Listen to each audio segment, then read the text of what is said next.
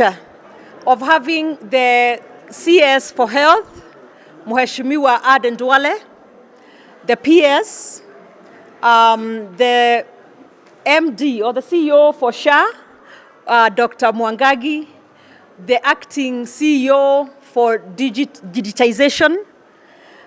We've also had Dr. Karaoke. Who else is there? Oh, yes. And the council as well.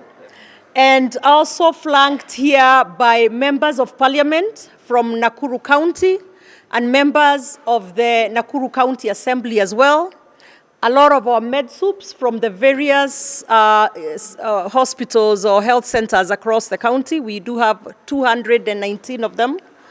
And just our many medics and board members in some of our, in the hospitals.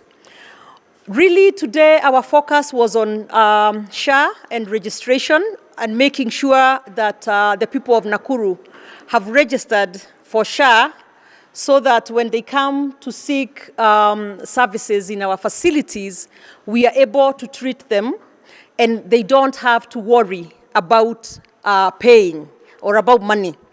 In addition to that, one of our bigger issues that we have discussed this afternoon was our regional cancer center that's here in Nakuru, which our Waziri Mheshimiwa Duale has been very helpful in as far as helping us get more equipment in that health center or in that cancer center so that we are able to treat more patients with cancer. In fact, the patients that we treat there are from 24 counties. So it's really big. And from what we have discussed this morning, we have seen that from SHA, when the cancer patients have shift, the reimbursement amounts are really great or much more than what NHIF used to do.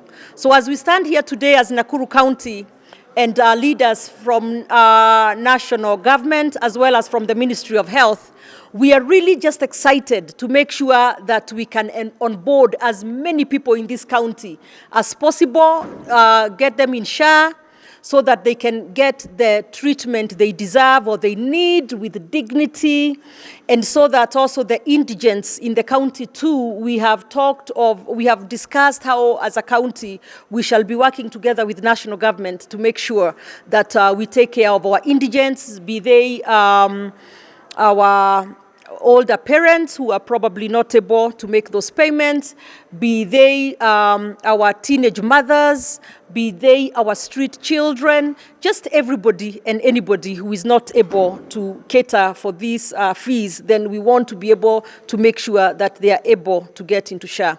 So anyway, it's been a very productive morning. I was just giving that as an overview, or rather not just morning, but afternoon as well. In here, we have met with our medics, our med soups, our all those people who work in the health ecosystem, and we are just wanting to make sure that as a county, as Nakuru County, we are doing well in the in Taifa Care. And I also wanted to say sometimes it's also good to appreciate that as a county, our PGH, as we usually call it, but the Nakuru County Referral and Teaching Hospital is actually #1 in the country in as far as the claims that and the payments made by SHA.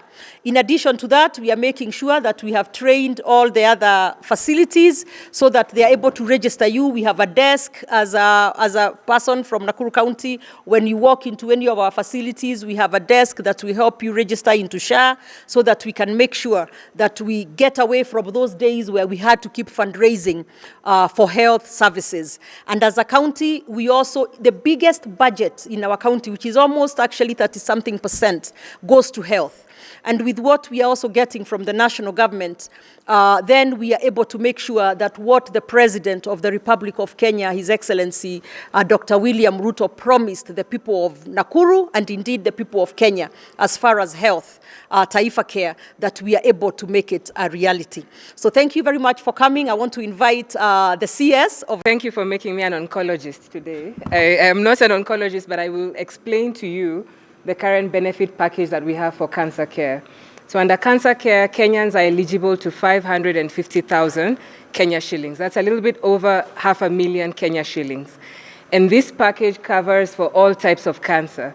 Now, the journey of a cancer patient is particular in a manner where step one is to plan out the management of this patient. And step one involves diagnosis. We need to find out what kind of cancer do you have and what stage of cancer do you have. And to do that, SHA actually has and reimburses the tests required, the biopsies required to determine the diagnosis of the patient. Once we have the diagnosis of the patient, we then define the management plan. And the management plan can be surgical or medical, or both. If it is a surgical plan, then surgery is actually catered for on SHA rates that are available in the tariff, depending on what part of the body would be excised, where the tumor would be taken out. Now, if this patient is determined to require both medical and surgical care will be covered by SHA, and we have those examples of patients who've received surgical care. 2, medical care will now involve chemotherapy cycles at that cap limit of 550K.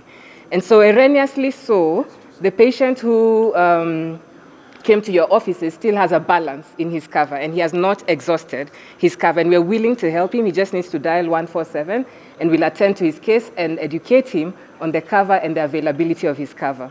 Now, once that is complete and a patient has exhausted all the cycles that they require, they then are upgraded to the ECCI fund, where we have an additional cover of 150K Kenya shillings. And so the cancer package under SHA is actually better and more comprehensive compared to that was in NHIF. So the SHA provider portal system picks data directly from the regulator. So if your license says you have 10 beds and you update it in the regulator system, the SHA provider portal only consumes that data directly from the regulators. So if you have beds and you can't see them in the SHA provider portal, the place to go is not SHA, neither DHA. The place to go is your regulator. He looks at your license. He looks at the number of beds you need to have. He looks at your inspection. Then he updates. When he updates, it's real time. It takes less than a second to update in the SHA provider portal. Thank you.